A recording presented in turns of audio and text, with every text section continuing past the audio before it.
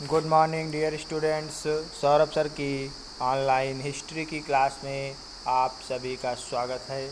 आज हम अपने हिस्ट्री के लेसन 2 जिसका नाम है उत्तर एवं दक्षिण भारत के राज्य, उसमें का जो आपका कुछ भाग है उसकी स्टडी करेंगे। अभी तक आपको राष्ट्रकूट, गुर्जर, प्रतिहार, पाल आदि राज्यों के विषय में पढ़ाया गया है। आज हम भारत पर तुर्कों का आक्रमण किस प्रकार हुआ, कैसे हुआ, तुर्क कहाँ से आए, तो इन सब के विषय में आज हम अपने इस इतिहास के सेकंड चैप्टर के अंतर्गत स्टडी करेंगे। लिखा हुआ है भारत पर तुर्कों का आक्रमण।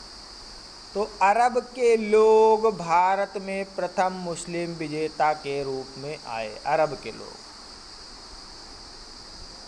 लोग भारत में प्रथम मुस्लिम विजेता के रूप में प्रकट हुए। उन्होंने सिंध को अपने साम्राज्य में मिला लिया, फिर मुल्तान पर भी अधिकार कर लिया, किंतु प्रतिहारों तथा राष्ट्रकूटों के प्रबल विरोध के कारण वे आगे नहीं बढ़ सके। उन्होंने कहाँ कहाँ अधिकार कर लिया? सिंध पर और मुल्तान पर, लेकिन प्रतिहार और राष्ट्रकूटों ने प्रबल विरोध किया और इस कारण वे आगे नहीं बढ़ सके। अरबों के द्वारा शुरू किए गए कार्य को तुर्कों ने पूरा किया। अरबों के द्वारा किए गए कार्य को किसने पूरा किया? तुर्कों ने। 11वीं शताब्दी में तुर्कों ने बगदाद के खलीफा से सत्ता छीन ली। बगदाद जो कि कहाँ पर है? इराक में, ठीक है। सत्ता छीन ली। वे अरबों की अपेक्षा अधिक शक्तिशाली, भौतिकवादी तथा महत्वाकांक्षी भी थे। महमूद गजनी उत्तर पश्चिम से भारत पर चढ़ाई करने वाला गजनी का पहला तुर्क शासक था। कौन था सबसे पहला तुर्क शासक? महमूद गजनी। 25 वर्षों में उसने भारत पर 17 बार आक्रमण किया। 25 वर्षों में उसने भारत पर कितनी बार आक्रमण किया? 17 बार आक्रमण किया।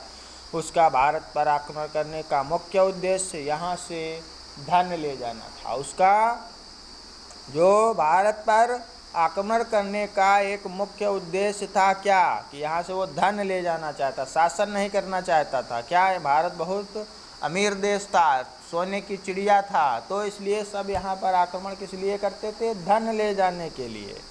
उसका सबसे प्रसिद्ध आक्रमण 1025 ईस्वी में सोमनाथ मंदिर पर 16वां आक्रमण था। उसने 1025 ईस्वी में सोमनाथ मंदिर, जो कि गुजरात में है, सोमनाथ मंदिर कहाँ है? गुजरात में है, उसने 16वां आक्रमण किया। इस मंदिर से महमूद आभूषण, सोने तथा चांदी के विशाल भंडार भी ले गया।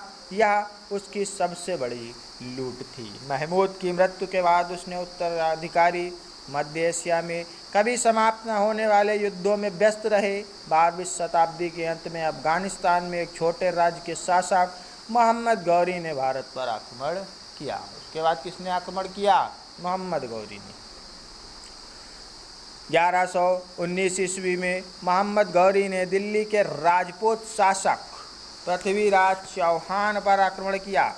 तराइन के इस प्रथम युद्ध में पृथ्वीराज ने गौरी को हराया, लेकिन 1192 ईस्वी में तराइन के द्वितीय युद्ध में गौरी ने पृथ्वीराज को हरा दिया। मोहम्मद गौरी ने क्या कर दिया? पृथ्वीराज को हरा दिया। गौरी ने भारतीय क्षेत्र को अपने साम्राज्य का एक प्रांत बनाया और कुतुबुद्दीन ऐबक को इसका जनरल नियुक्त किया। ऐबक ने अपने साम्राज्य को उत्तरी भारत के दूसरे हिस्सों तक भी फैलाया, किंतु गौरी की भारत से लंबे समय तक अनुपस्थिति के कारण भारतीय प्रदेशों में अव्यवस्था रही और उसके अपने अधिकारी स्वतंत्र हो गए। राजपूतों के शासनकाल में उत्तर भारत का सामाजिक जीवन, जब राजपूतों का शासनकाल था तो उत्तर भारत मतलब अपने साइड जो ये है उत्तर भारत, यूपी, एमपी वगैरह, पंजाब, हरियाणा, इसमें उनका जो सामाजिक जीवन था वो किस प्रकार था? राजपूतों के शासनकाल के दौरान जाति प्रथा समाज की रीढ़ की हड्डी थी। वास्तविक 4 जातियों के अतिरिक्त कई उपजातियां भी उभरी। जाति प्रथा बहुत कठोर बनी रही। समाज में ब्राह्मणों को ऊंचा स्थान दिया जाता था। क्षत्रिय भी योद्धा होने के कारण समाज में ऊंचा स्थान रखते थे। शूद्रों का समाज में बहुत ही निम्न स्थान था। महिलाओं की दशा निरंतर गिरती जा रही थी। उस समय बहुविवाह और बाल विवाह प्रचलन में थे। विधवाओं को पुनर्विवाह करने की अनुमति नहीं थी। ऊंची जाति की महिलाओं को सती प्रथा को मानना होता था, लेकिन पर्दा प्रथा नहीं थी। मुस्लिम समाज के संपर्क में आने से के बाद पर्दा प्रथा का प्रारंभ हुआ। अर्थव्यवस्था। राजपूतों के शासनकाल में प्रजा का मुख्य व्यवसाय खेती था। सभी लोग क्या करते थे? खेती करते थे। व्यापार और वाणिज्य खूब फले फूले। कुशल शिल्पकार विभिन्न प्रकार की वस्तुएं बनाते थे। भारत रेशमी, सूती और गर्म कपड़ा, मसाले और कीमती पत्थर आदि का निर्यात करता था और शराब, खजूर तथा घोड़ों का भी आयात करता था। ये चीज़ें भारत में बहुत ज़्यादा मात्रा में होती थी। रेशमी कपड़ा, सूती कपड़ा, गर्म कपड़ा, मसाले और कीमती पत्थर जो होते हैं उनका निर्यात करता था। शराब, खजूर तथा घोड़ों का भी आयात करता था। शराब, खजूर और घोड़े जो थे वो आयात बाहर से आते थे। पूर्ण रूप से भारत एक धनी और संपन्न देश था। उस समय जो भारत क्या था? एक धनी और संपन्न देश था। शिल्पकार तांबा, चांदी, सोना और पीतल की विभिन्न वस्तुएं बनाते थे। शिल्पकार गांव और कस्बों में काम करते थे। तो आज के लिए बस इतना ही। That's all. Thank you.